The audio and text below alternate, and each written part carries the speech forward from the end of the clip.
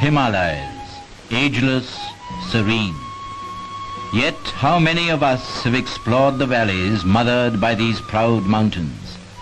Valleys whose history is an integral part of the story of this subcontinent. Two such valleys north of the Punjab are among the most famed, Kangra and Kullu. The Kangra Valley is at peace now, but these forts are pointers to a turbulent past. No one lives in them now. No soldiers guard their entrances, and no darbars are held there. Yet, only 100 years ago, they were the nerve centers of this lyrical land, a lyricism which finds expression in the great school of Pahari painting.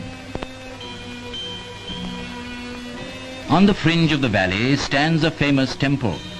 There are no immortal images here, only an immortal flame, which, legend says, emerges from the fiery mouth of the goddess Jwalamukhi. Beyond the verdant valley, rising abruptly, are the mountains of the Dauladhar range, or the White Ridge. They span the entire length of the valley from west to east, feed the rivers with their snows, bring fertility to the soil. The Kangra Valley is well known for its rich paddy fields and its sprawling tea gardens.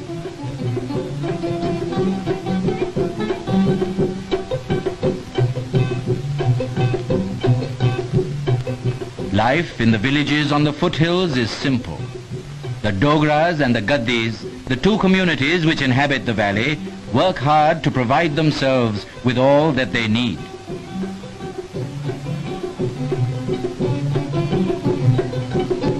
Leisure is well spent in the pursuit of beauty, beauty which makes life serene and satisfying.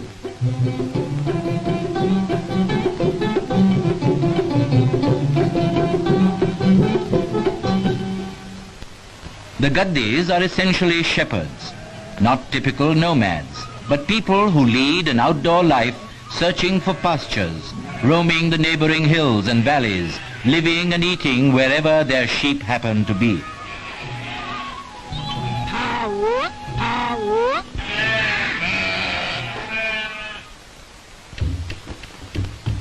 From Kangra on to Kullu. The road, cut through solid granite, enters the narrow gorge of the Beas River. For 12 miles the road hugs the mountainside, winding and twisting.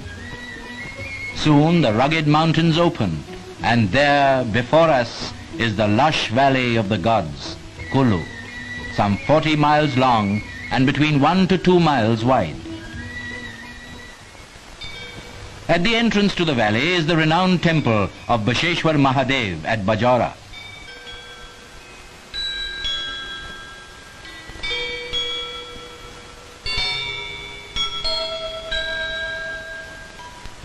Beyond Bajora, the fertile valley, covered with paddy fields and fruit orchards. Ringed by towering peaks, in the center of the valley lies the main town, Kullu.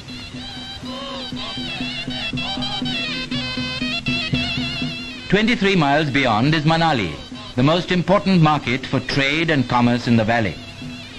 The valley, as it were, meets here.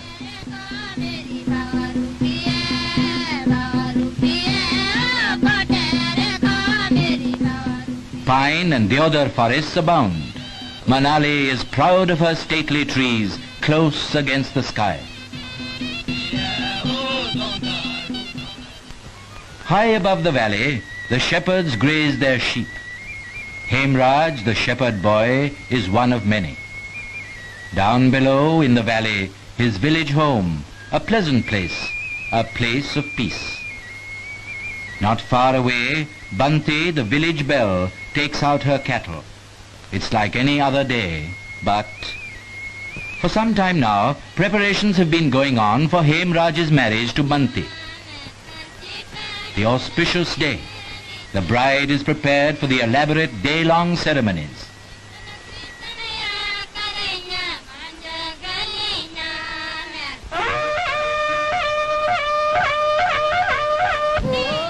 The bridegroom and his party are ready to leave for the bride's house. The groom's sister offers arti, the traditional blessing.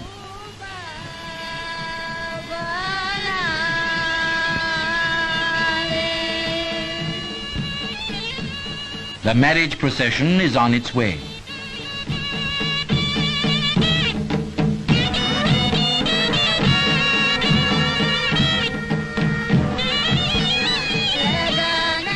The bride's mother welcomes the young man who comes to take her daughter away. According to custom, the bride, heavily veiled, is carried by her maternal uncle. The marriage ceremony is held under a specially erected mandap. The holy fire is witness to the marriage and offerings are made to it. Kanyadan, the father gifts his daughter.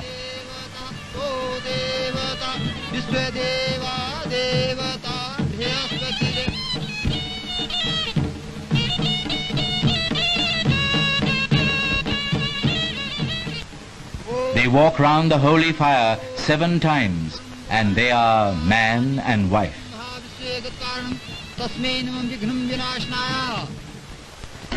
The days pass. In the valley, the paddy is ripe for harvesting. Months of toil await fulfillment. In accordance with age-old custom, the farmers collect in the temple courtyard to seek divine guidance in fixing the harvesting day.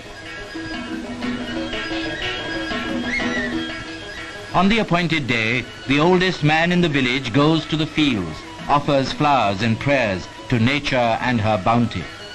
And he who has seen more harvests than any other cuts the first stalks. Newly married couples follow. It is their first harvest together and the promise of many more. The first cuttings will be offered to the family deity. Then and only then do the people of the Kulu Valley begin the gathering of the new crop.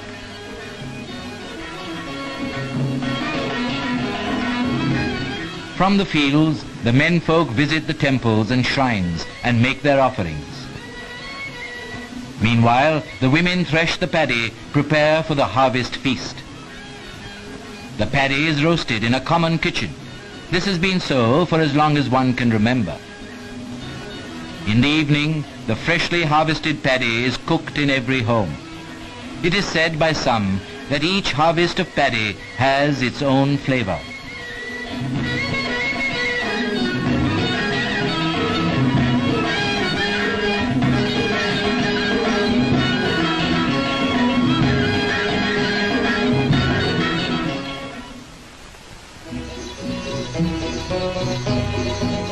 It is autumn time now, and preparations for the winter have to be made. Soon the streams and rivers will freeze, so the women take their turn to grind the grain in the local water mill. It is an ingenious device and very simple to work.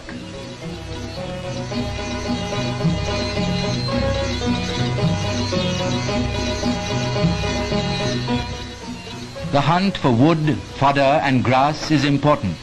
Stocks must be built up to cover the winter months.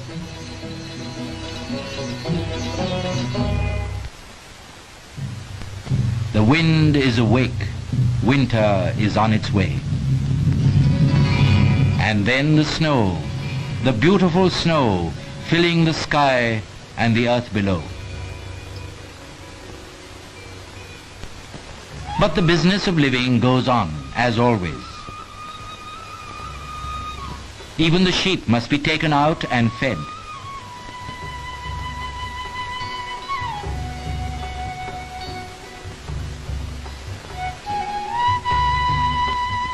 The long winter hours are employed profitably.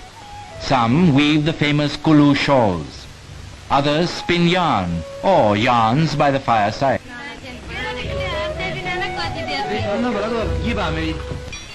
But for the kids, it's time for the snowman, and there is no stopping them in their fun.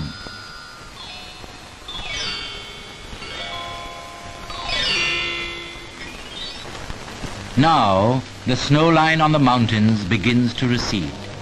Spring is bursting through. And with spring comes new life.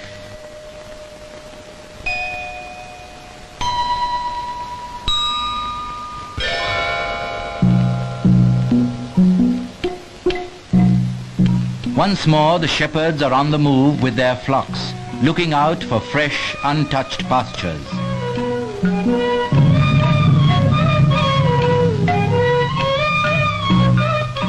Once again, the farmers turn to their fields, which must now be prepared for sowing.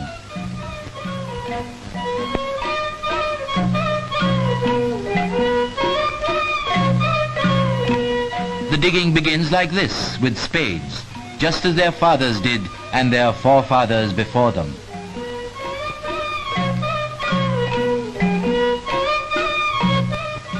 When the summer comes, the passes to other valleys open.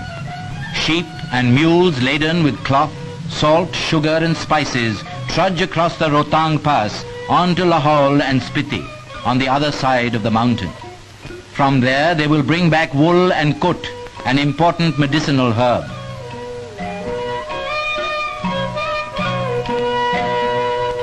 And when the monsoon rains have fallen, it is time to harvest the apples for which Kulu is famed. The valley is indeed India's fruit orchard. Apples of all varieties and persimmon.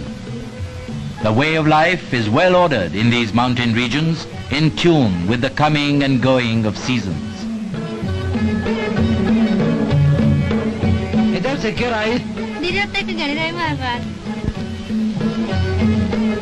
Now it is festival time. Everywhere families are preparing to join the Dasera celebrations.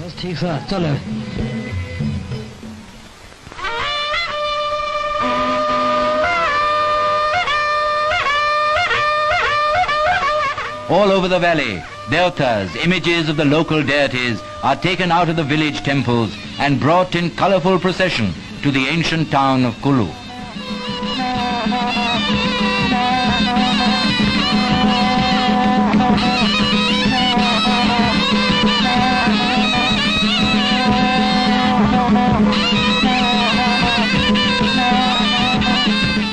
With each hour, the throng swells.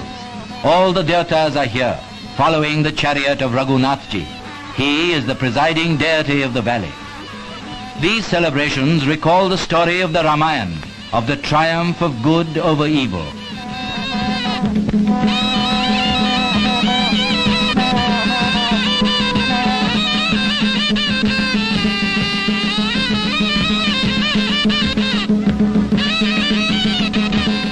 There are meetings between the devtas, warm embraces.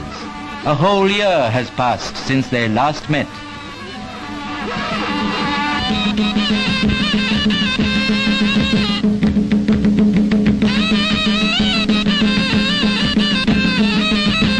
The Valley of the Gods in full array. The gods and their people together inseparable.